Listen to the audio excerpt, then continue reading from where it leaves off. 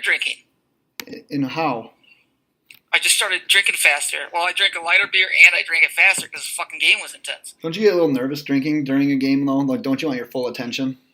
Well, that's the thing is, like, my problem is, like, when Nebraska or the Packers are in a close game, my drinking ramps up to, like, fucking level 10 or whatever. I don't know what to call it, but it goes up to, like a unbelievable pace, and I don't even realize it's happening. Well, now that these games are over and the Dolphins already won, I can start drinking. Let's get loaded. And we don't have an intro song, so welcome to the Loaded Box Podcast. Where we never finish first because we finish last. Thank you once again for intro. Tuning in to the Loaded Box Podcast. I am Ben Morgan. That is a shirtless DJ Primo if you're looking on YouTube. Because it's No Shirt Sunday. But we're talking about drinking during some ball games. It was a great NFL week too. But I want to backtrack because in our preview podcast, you had mentioned maybe boozing at work prior to going to the Wisconsin Badgers game. Did you pull it off? Couldn't do it. You pussy. Actually, I completely forgot that we even discussed that until you texted me when I was sitting there. Oh, I can't wait. Man, we saw some things in the NFL that I would say that we haven't seen in a long time, but we did see a tie last week. We have something that I've never seen before in my life as an NFL fan that I'm not going to spoil it yet because it's going to be one of my instant reactions. But let's get to it. As I said last time, we pride ourselves on being the first podcast that you can listen to following all the action on Sunday. Or if you plan on watching the Sunday night game, if it's one you're interested in, we're going to be there waiting for you to tune into on Monday morning at work because we know you don't want to be at work. So, DJ, let's start it off right away.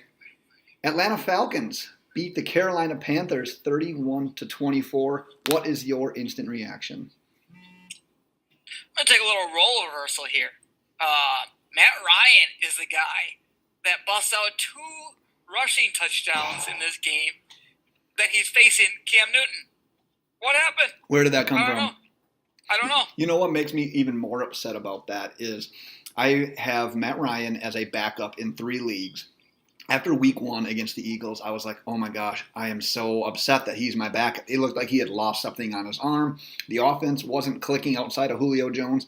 Then he steps in, throws a couple of touchdowns, runs in a couple of touchdowns, and I'm just like, I'm happy, but at the same token, I'm like, there was no way I was starting him after last week, and I'm not starting him against Carolina.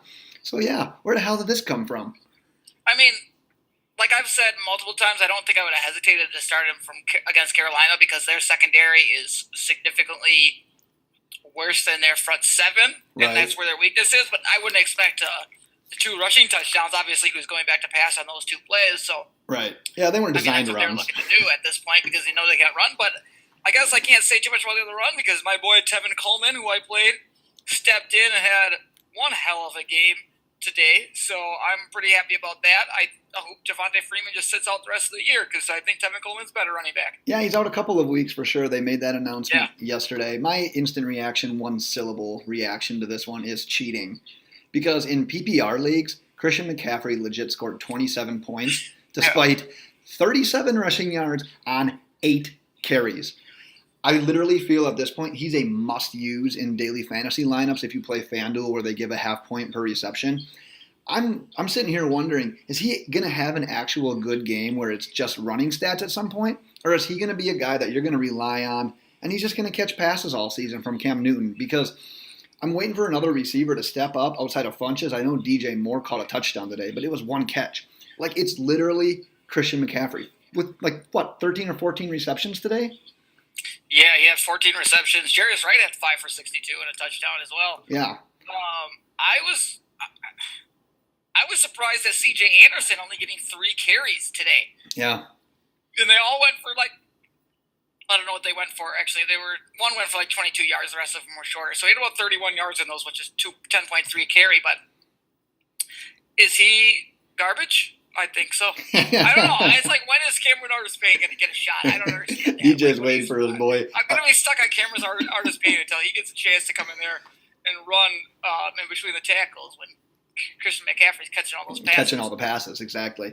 Let's move on to this next game because this is the one I actually wanted to lead off with. I forgot. But this is the one I've never seen before. because I want to start with this one. It's the Chargers beating the Bills as we had expected. We both put money on it against the spread. That's all great. Chargers beat the Bills 31-20. And my single syllable instant reaction is balls. Because Vontae Davis retired at halftime. In case you didn't see that, let me say it again. Vontae Davis, who played cornerback for the Buffalo Bills, retired at halftime. Went to the locker room for halftime, apparently said, retiring, never came back out to the field. Has there ever been a better walk-off in the history of sports? I mean, I don't know if it's a better walk-off or just a more like exciting walk-off for us fans. Like, I don't know how to explain how awesome it is for people to talk about the rest of this week. Yes. But I don't know. I don't know how to explain that. Do you think, what I want to know is if he called his grandma before he retired. Yep. Do you think it called and consulted his grandma before he made that decision? Yeah, he had to have. And if you're lost on that reference, it's because of Hard Knocks when the Dolphins traded him. Instead of having a normal reaction, he legit asked if he could call his grandma. So it was great. My theory is he walked in the locker room, wasn't happy, pulled out a cell phone, called his grandma, made the call and everything, and then he decided to retire. Like, that was the order of operations. Still alive at this point. Yes, and if not, rest in peace. R.I.P. in peace. All right, what's your reaction? My instant reaction is, called it, because I literally played Mike Williams for tight end reasons, in the fact that I was hoping he would get one touchdown, and he got one touchdown and proved to be a valuable start in the league that I played him in. He had two catches for 27 yards and a touchdown. And the touchdown was the most important thing in my life because I had him in a PPR, so I had like the 2 plus the 6 plus the 27 yards. I had like 10 points out of him, which actually made him perfect for my lineup because I drafted a bunch of guys that are suspended right now, and I made the right move. So I called that Mike Williams touchdown just based off of last week. Yeah, I love that you called it because it was touchdown dependent, and I love the fact that the debates that we had from listener questions this week were like Mike Williams versus Amari Cooper. And it ended up not mattering because Mike Williams did get that touchdown and got enough points as Cooper's 100-yard game. So it literally didn't matter, but yeah, you got your score there. Damn right. Let's move on to the tie game. The Vikings and the Packers tied at 29. Clay Matthews, I would say he was in the wrong week 1 when he had his roughing the passer call. This time, there was no way he was in the wrong here. He got screwed. The Packers got screwed. Cousins made some nice throws. End of the day, it ended up being a tie game because of a missed field goal. Do you have an instant reaction to that one? Couple of missed field goals because Mason Crosby missed his as well. Correct. In response to what you were saying as well before, my instant reaction, like, guys in the NFL are going to start becoming afraid to actually bring the quarterback to the ground because earlier in that game, it happened. You didn't watch it. Yeah, I saw it. Mike Daniels grabbed Cousins and actually let him go. He thought he threw it because he didn't want to get a penalty. Exactly. Yep. So I think guys are going to stop tackling quarterbacks, and it's actually going to make it worse. So I don't know I don't know. They need to change that for sure. What percent chance do you give the Vikings having the kicker Carlson or Laquan Treadwell on the team by Monday? The kicker, I give him 0%. I give Treadwell 35% because he caught that touchdown. Right. But yeah, other than that, man, that kicker's good as gone. I don't know what they're doing. Dan Bailey's on the free agent market, I believe. You're gonna want.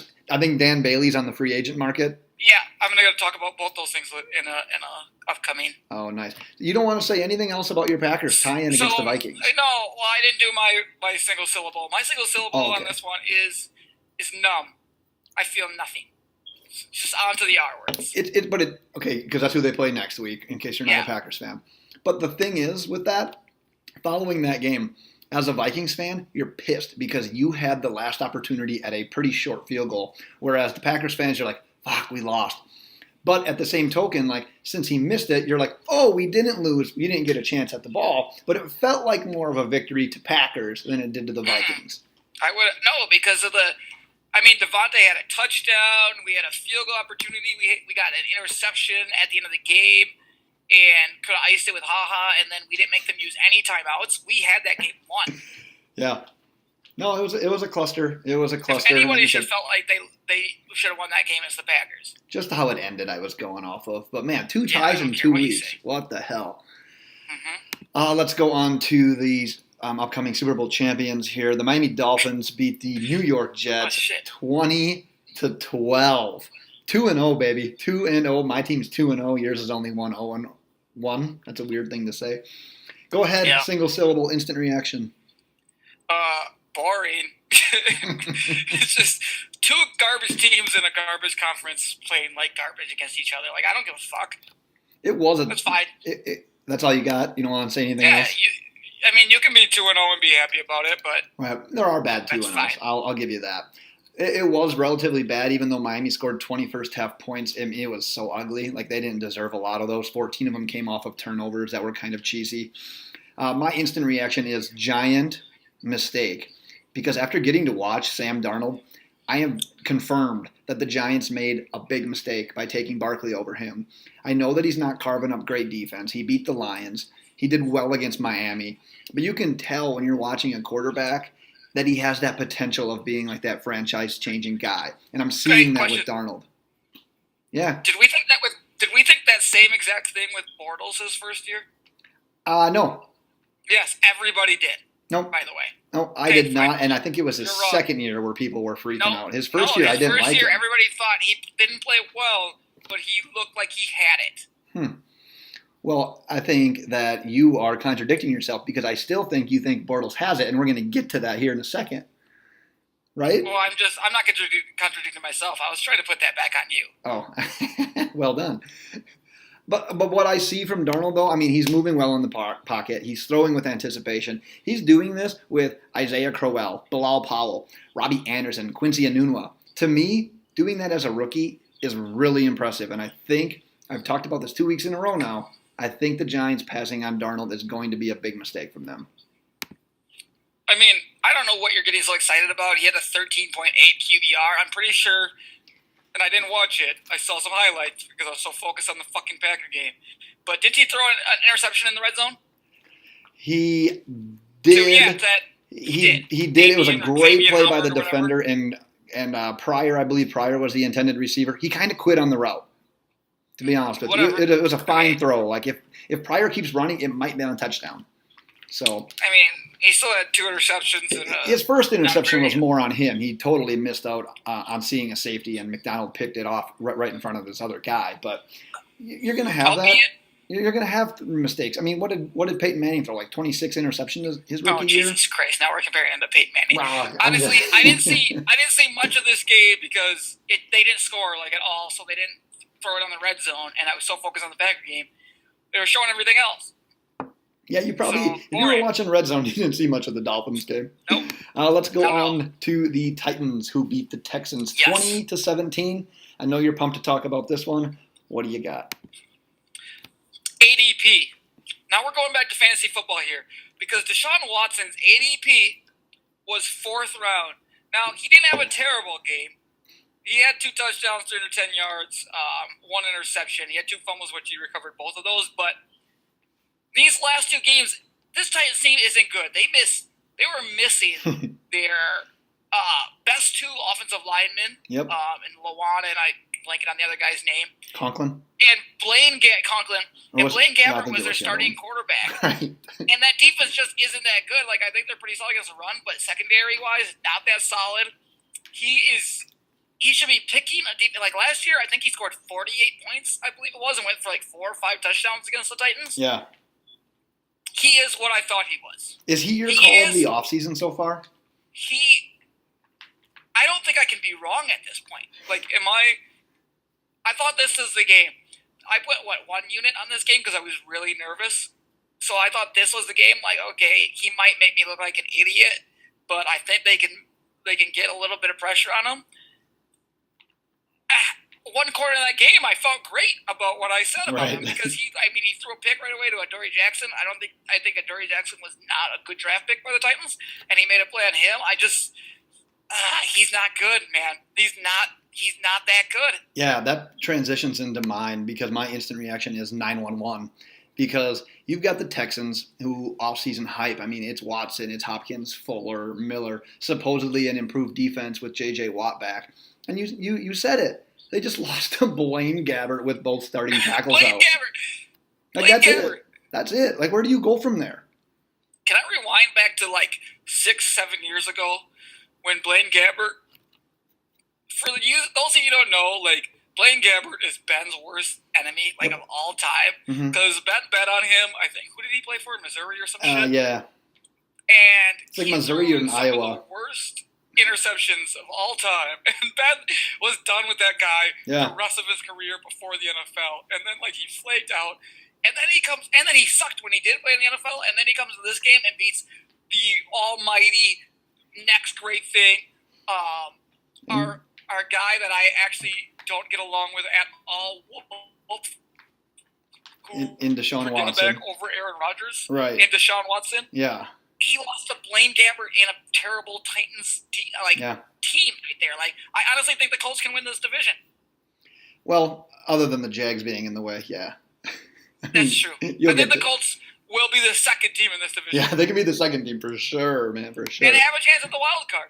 Oh, I would say so. It kind of sucks that they screwed themselves, I guess, in that week one. They had a definite good chance of winning it. They should be 2-0. Again, and I called this shit as well. I was just like, well, whatever. We'll move on. All right, let's move on. Actually, Colts. Let's move on to the Saints, because the Saints beat the Browns. Tight game, 21-18. What do you got?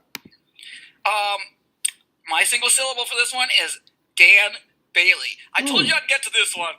But the Browns should have won this fucking game, or at least had a chance to win this game. Should have been leading at the very end. Yeah. Yep. But this Zane Gonzalez is the biggest fucking head case of all time. 0% chance. Like, 2 kickers are being released. It's him and the Vikings kicker, Danielson or whatever. Yep. Done. But Zane Gonzalez I think his name is Dan Carlson. You called him Danielson. Zane Gonzalez has done this 2 weeks in a row. He's done this 2 weeks in a row. He got a 37-yard field goal, which you don't have to kick low, blocked, because he kicked it low. Like, I don't understand. It's like an extra point now. He missed 2 extra points and a field goal in this game. Man, he's got to be gone. Like, you know what? The Browns proved me right again, because I'm fucking dominating. I'm sure we'll talk about this on Wednesday or whenever our next pod releases, and you guys just suck on my dick for being that's really aggressive. For being the best against the spread picker of all time for the first couple of weeks. That's true. Feeling it. Yeah. It's funny, though. I think Dan Bailey should hold out, because there's going to be a bidding war for Dan Bailey. That dude's going to be the highest paid player. Dan Bailey's getting all the money. He's getting paid higher than Mac. He's getting paid higher than Rodgers. Man. He's getting quarterback money. He should. My instant reaction is next troubled wide receiver, because we know after the news on Saturday, Josh Gordon's on the verge of either being traded or cut. And now Antonio Callaway pops in, catches a touchdown at the end of the game that almost gave Cleveland the lead. We talked about the missed extra point. But he went 3 for 81 and a touchdown. Do you think if he's available in your league, is he this week's waiver wire priority? And if you do pick him up, does he become like flex start worthy just because like Gordon's gone? No. Landry's going to be that underneath guy. Like, is he going to be the guy? Kind of think you have to, because, I mean, Jarvis Landry is now the one. So that makes Callaway the second guy. He's got that speed. I mean, that touchdown, I'm not lying to you when I say this. I was sitting here with a bunch of people having a party. That's why I'm a little bit slurry during this. But when he threw that ball, it just launched it at the end of the game, Tyrod. One of the guys goes, "What is he doing?" And as the ball is in the air, I said, "Throwing a touchdown." Six. And he scored it, but Callaway seemed like he was about 10 yards too far behind that ball, and then turned into, like, fucking Superman or the Flash or something. He's the new Flash Gordon right there. Yes. Because I don't know how he got to that ball, but he went in that 10-yard period. He just turned on another level of like speed like that I haven't seen before out of him. And it just came out of nowhere. Just boom, 10 yards in like half a second to catch that ball. Right. That was ridiculous. No, watching him, he steps his game like that. Watching him in Florida when he actually got to play.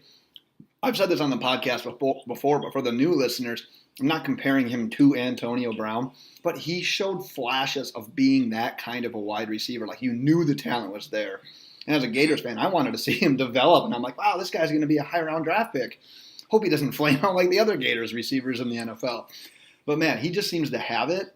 He, unlike Gordon here, just got to keep on the straight and narrow. I don't really know officially what that means, but that's a good spot to use it. But that's just what he has to do because he has all the talent in the world. He just needs an opportunity, and I think he's going to get it now. So I think he's this week's waiver wire priority if you have him. Yeah. Speaking of priorities, your next priority should be to head to pristineauction.com because they have daily auctions packed with tons of stuff for the man cave. They guarantee their items. They all come with certificates of authenticity, only the trusted sources. It's also affordable. You don't even need to have a baller career like DJ Primo making all that loot, podcasting with a Loaded Box podcast to afford it. You can get it. It's affordable, more affordable than you think. Make sure you mention the Loaded Box podcast when you register. There's a How Did You Hear About Us section. Head over to pristineauction.com. Mention us. Get in on some auctions. You only pay when you win. pristineauction.com. DJ, next game. A really high-scoring one. We got the Chiefs. They put up 42 points, beat the Steelers 42-37. What do you got? All right. So my one syllable instant reaction to this is forgiveness. Now we're going to use this two separate ways, right? We're going to use this two separate ways, one for each team. I'm going to double this up. You're double downing on forgiveness.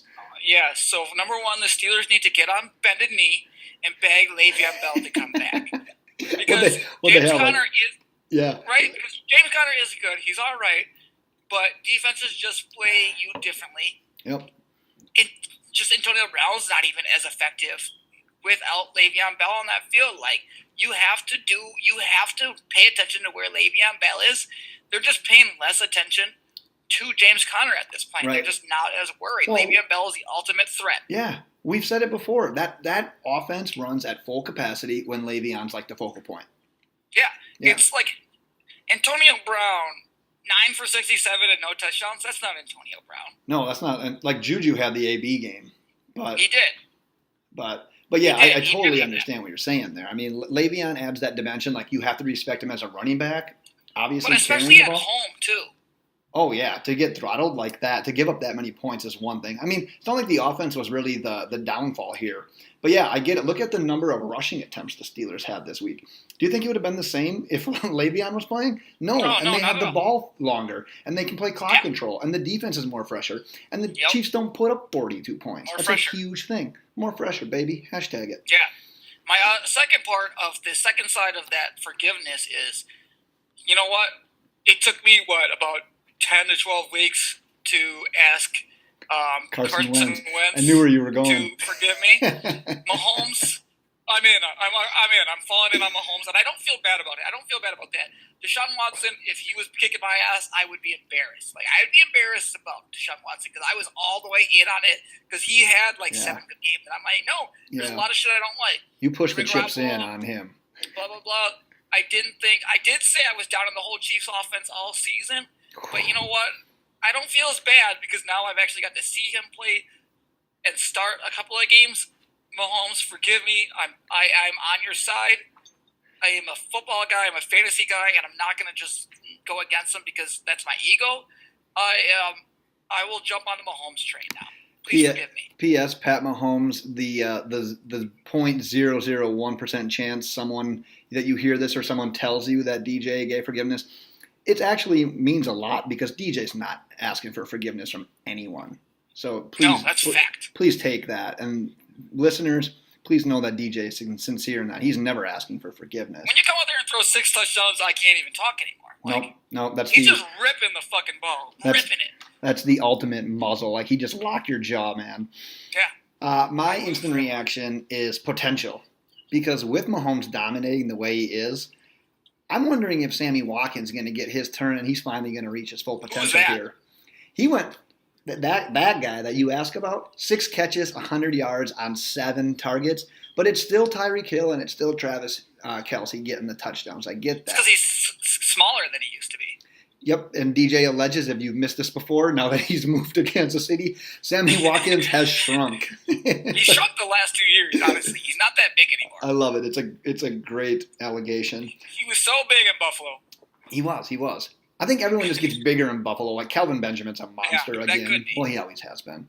But dude, if Mahomes keeps putting up these kind of numbers, eventually it's going to become Sammy Watkins' turn. Like that has to happen, right? No.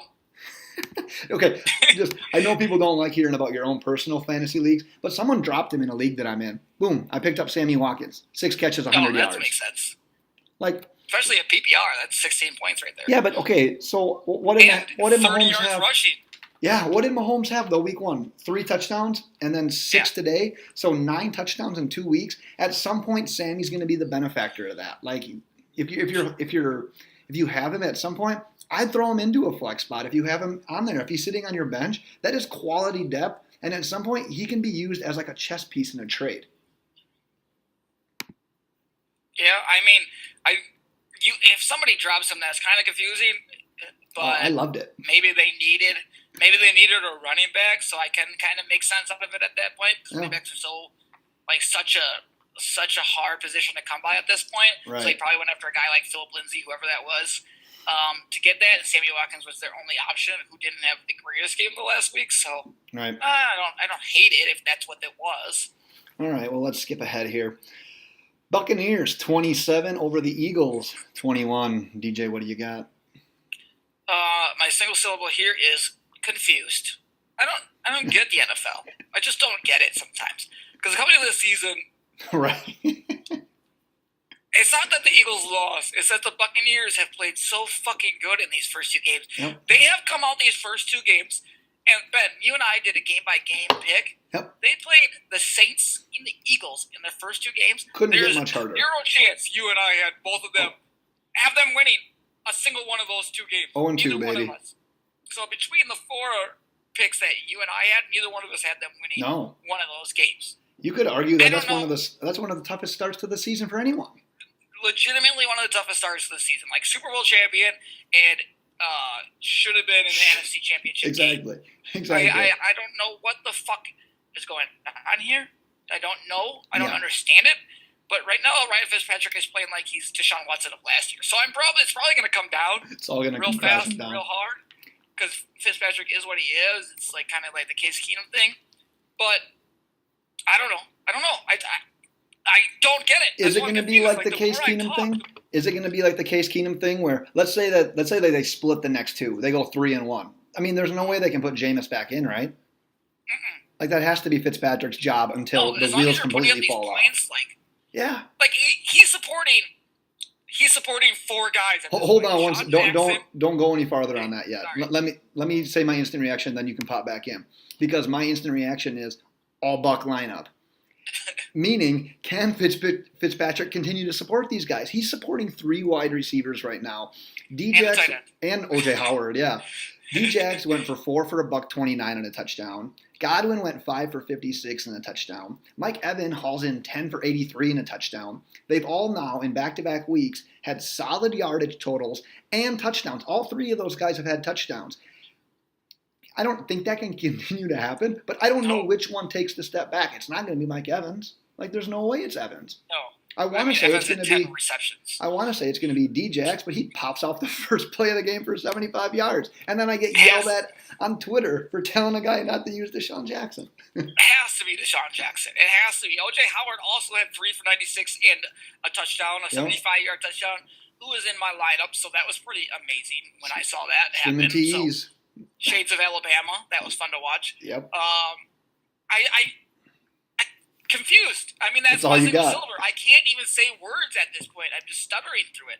Confused. I don't get it. Well, let's move on to a team that you secretly like. The Indianapolis Colts beat up the Washington Redskins 21-9. What do you got? My single syllable here is not about the Colts. It's garbage. Last week I told you guys, the Redskins aren't that good. The Colts are going to come here, bet on this game. They're going to come into Washington, and they're going to beat the Redskins. They aren't good. Andrew Luck's a better quarterback. The team's not as good, but when it comes to the quarterback, I always will side on the better quarterback. And the Redskins team, just all around, isn't good. So this garbage is to the Redskins and it's to Adrian Peterson. What did he go for today, Ben? I love it. You want me to tell you? Yep. He had 11 carries for 24 fucking yards. You called that one. I did notice. 1.8 yards per carry. His legs already fell off. You compared him to an old Ford truck, I believe, on our preview podcast. And I think at one point he was running, stopped. They literally had to go and like change his shoe as if it were a tire. Like that, he literally broke down. He can't do it. He just can't do it. Like everybody, I said the same thing on fucking Thursday when we podcasted. He did the same thing with the Cardinals last year. He got all excited. People were like, "Oh, this guy's fucking amazing," and then he just broke down. What did you expect? What did you expect? I told you what to expect. You probably didn't listen to me, and now you got 11 carries for 20 fucking yards out of your starting running back. Good job. Right, way to go. Let's talk about that other running back on that team because my single syllable is CMC 2.0. Yeah. Because Chris Thompson finished with all of 1 yard on 4 carries, but then he goes ahead and adds 13 catches for 92 yards and becomes fantasy relevant. So, question I'll pose to you. If you have him on your fantasy football roster, can you actually trust to use him every week? Or would you be nervous that if he doesn't get involved in the pass game, he's going to end up putting like a 2-point clunker?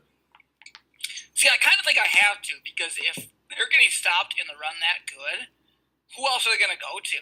And when they are clicking on the offense, he's going to be a part of that.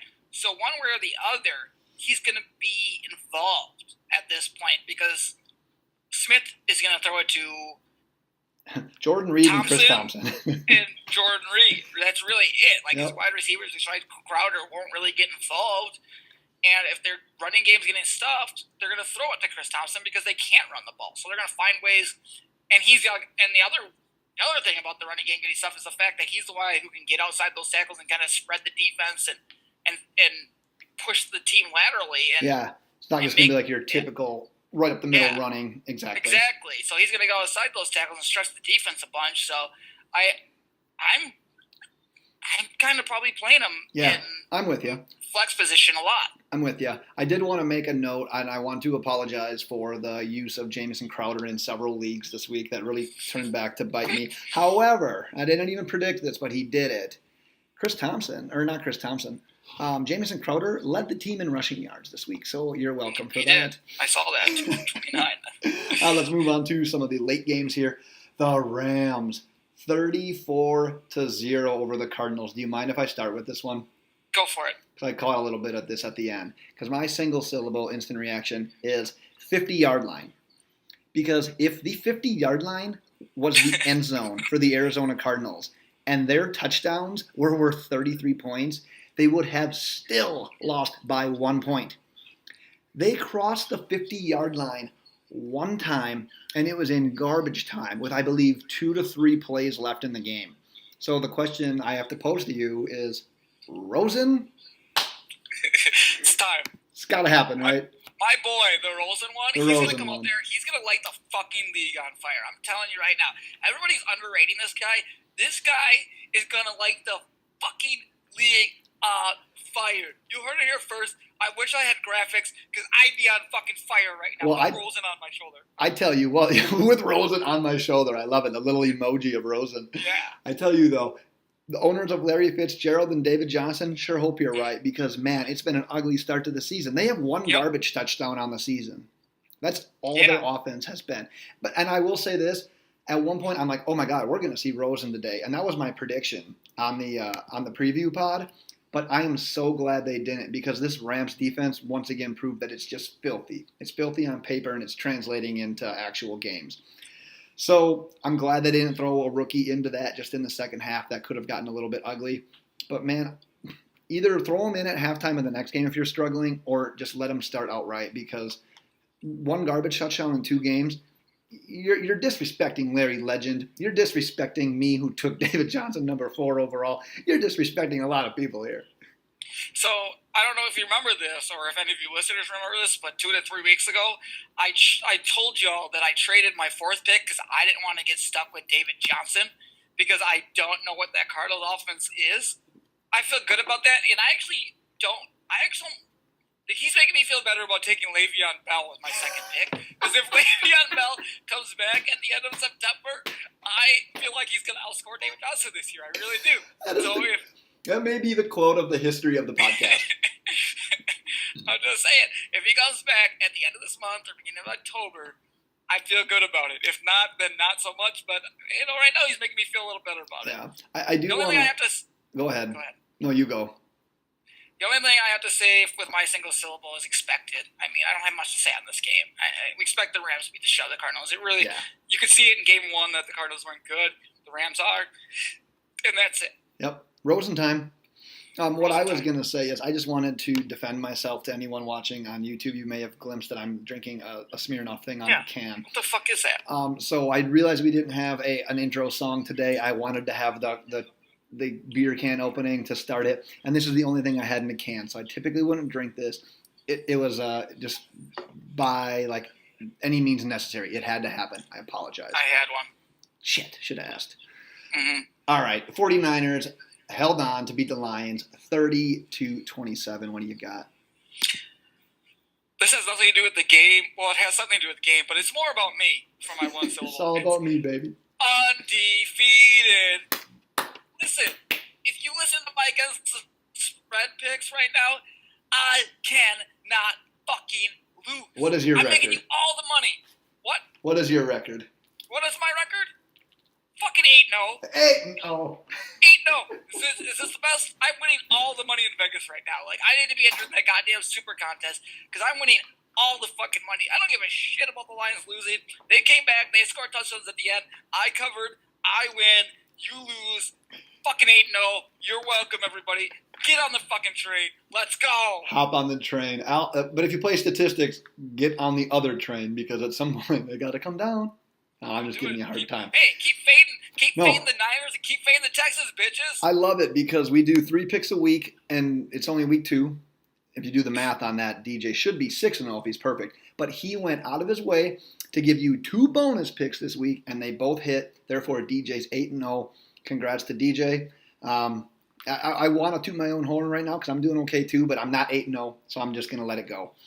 My thing was, I said this was an easy week. I actually came in here thinking, like, this is fucking easy. I was like, I got to take 2 more games. This is easy. So I text DJ during the day and said he has to pick 7 games next week. So. 7 games next week, bitch. Let's go.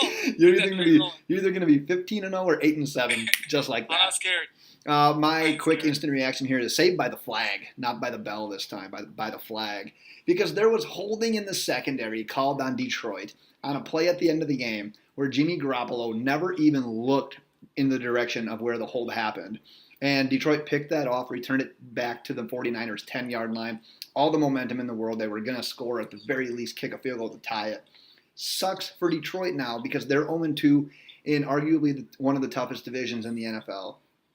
They showed signs of life in that second half, but that loss is going to hurt because I don't foresee them competing for the NFC North, but I thought they would maybe have a chance at a wild card if they could get things going. But being 0-2 now after losing the way they did, that loss is going to kill them. I don't know what to say. I was too excited about my bet on this one, and I was just thinking about the next thing I was gonna say. So that's fine. We can move on. Move on. The Broncos. Can I just Oh yeah. Can I interrupt real quick? Now you got something to say. It's 7:18. I want a timestamp on this. You guys aren't gonna hear this before the game, but I just want it on my. Just on the record.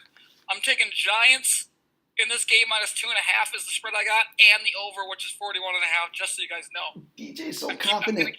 He's so confident. He's double dipping on the Sunday night game. I don't even give a shit.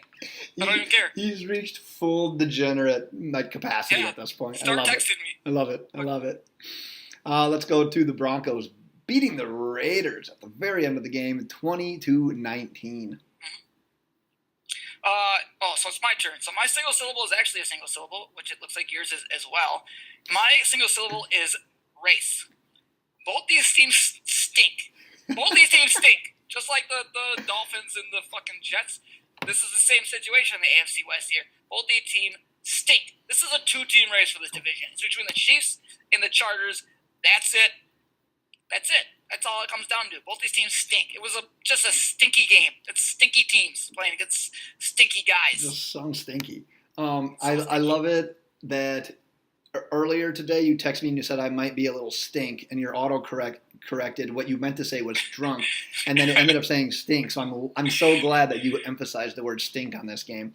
Oh yeah. And you might think my instant reaction was a single syllable. However, it's not, because it's hope? Question mark. Ooh, I got you on that one. Because you should have said it better. Hope like that. Like hope. Hope. Because Oakland's 0-2. They literally fell apart defensively on that last drive and gave up a game-winning field goal to the Broncos. But in that game, Derek Carr misses 3 passes on 31 attempts. Cooper goes over 100 yards. However, I think in a game like this, they need to turn it into a win. Otherwise, at some point, you're going to start losing the locker room. You're going to start losing that competitive balance and edge. And you're just going to fall too far behind in that division, because I agree, it's the Chargers division.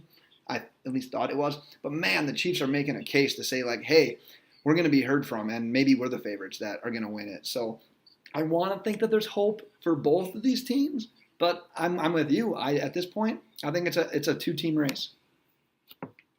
I can't wait till we start having bye weeks, because there's too many fucking games we have to talk about, to be honest with you. There's a lot of games, but I think we found something fun in at least all of them.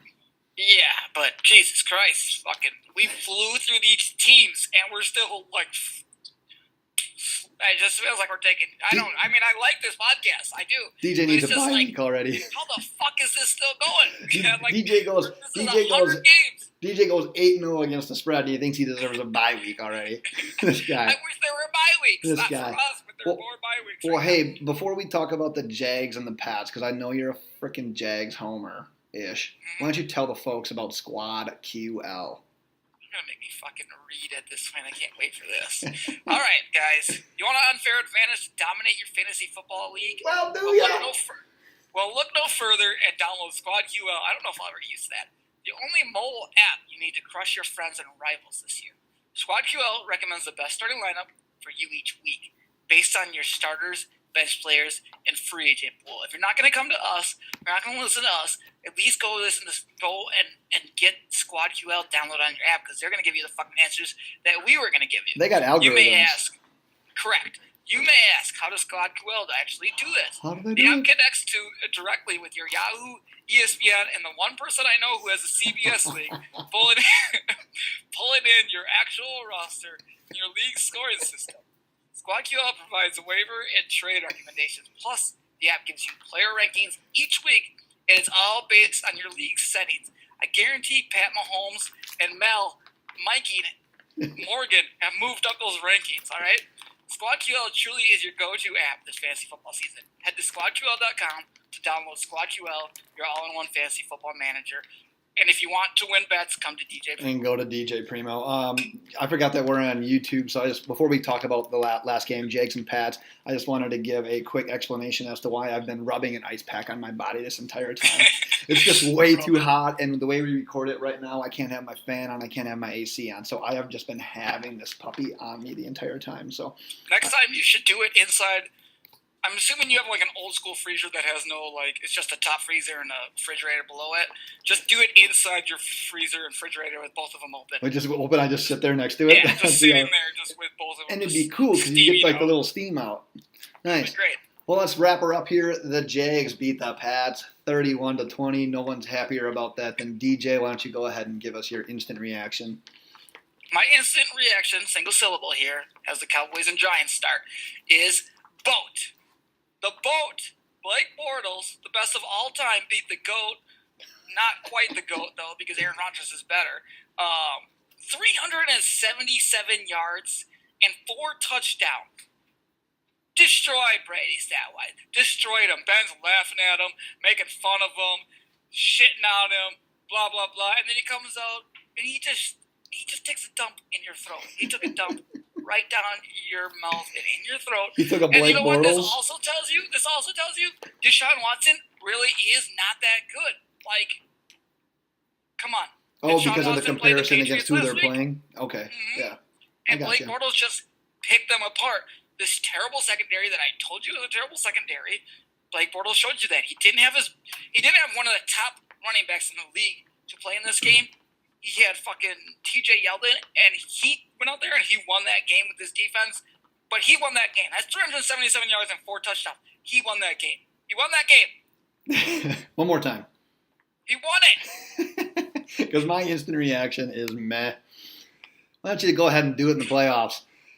You don't think Bill Belichick and Tom Brady are going to remember this when they meet once again in the playoffs? Because honestly, no one else in the AFC. It's too early to say that the Chiefs are going to do this consistently. Those two are like my teams right now that are going to compete in the AFC. They're going to remember this game. You know that they're going to scheme up something. You know that the ball's going to be put in Bortles' hands at the end of the game, and you know that he's going to choke. The one thing I am going to say that I agree with you, they did it without Leonard Fournette. I never thought that would be possible, so I have to give it up a little bit, but I'm still not begging for forgiveness to Blake Bortles as you did there with Patrick Mahomes. But that's all I have. I don't want to get too deep into that one because I'm starting to feel bad that maybe I'm wrong. But I'm going to go meh. The Cowboys just scored a long touchdown to Tavon Austin on one of the first couple of plays on the game. You know what that Going means, way though? over. You know what that means? It could go over, and it forces the Giants to have to score a little bit because obviously It's perfect. you need them to score. But That's all what right, I wanted. let's wrap this puppy up. As always, tweet any questions you'd like answered on the podcast. We're found on Twitter at LoadedBox. Check out the website. That's loadedboxpodcast.com for all of our blogs and podcasts. Our next episode will be midweek. We'll be doing our NFL Week 3 NFL and Fantasy Football Preview Pod. We're available on iTunes by searching Loaded Box. Make sure you subscribe, rate, and review. DJ, send us away. Bye.